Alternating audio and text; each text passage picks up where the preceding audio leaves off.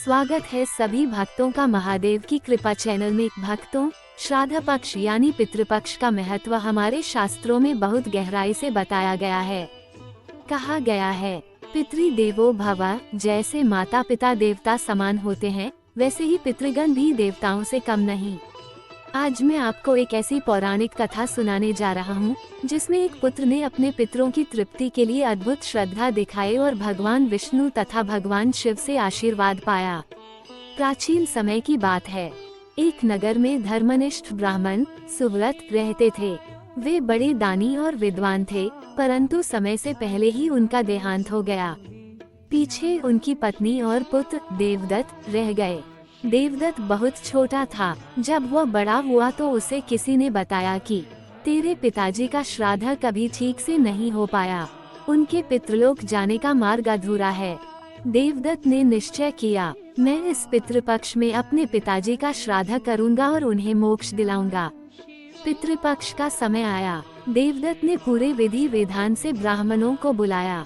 उसने तिल, जल, खीर, पूरी और प्रिय भोजन बनवाकर श्रद्धा से पितरों को अर्पित किया। उसकी आस्था देखकर देवतागण भी प्रसन्न हुए, परंतु उस नगर में कुछ लोग उसका मजाक उड़ाने लगे। ये तो गरीब है, इतना सब कैसे कर पाएगा। देवदत्त ने उत्तर दिया, श्रद्धा हो तो थोड़ा भी बहुत हो जाता है। पितर हमारे हृदय की भावना देखते हैं, दिखावा नहीं। श्राद्ध पूर्ण होते ही आश्चर्यजनक घटना घटी। आकाश से एक तेजस्वी प्रकाश उतरा। देवदत्त के पिताजी स्वयं दिव्य स्वरूप में प्रकट हुए।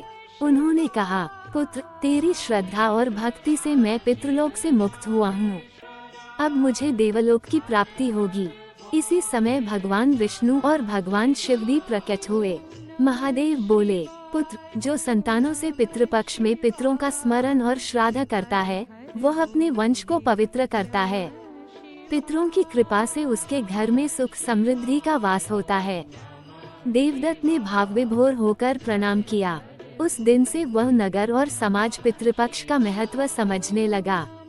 शास्त्र कहते हैं, श्रद्धया पितृपूजिता सवे देवा प्रसीदन्ति, यानी जब पितरों को श्रद्धा से तृप्त किया जाता है तो देवता भी प्रसन्न होते हैं।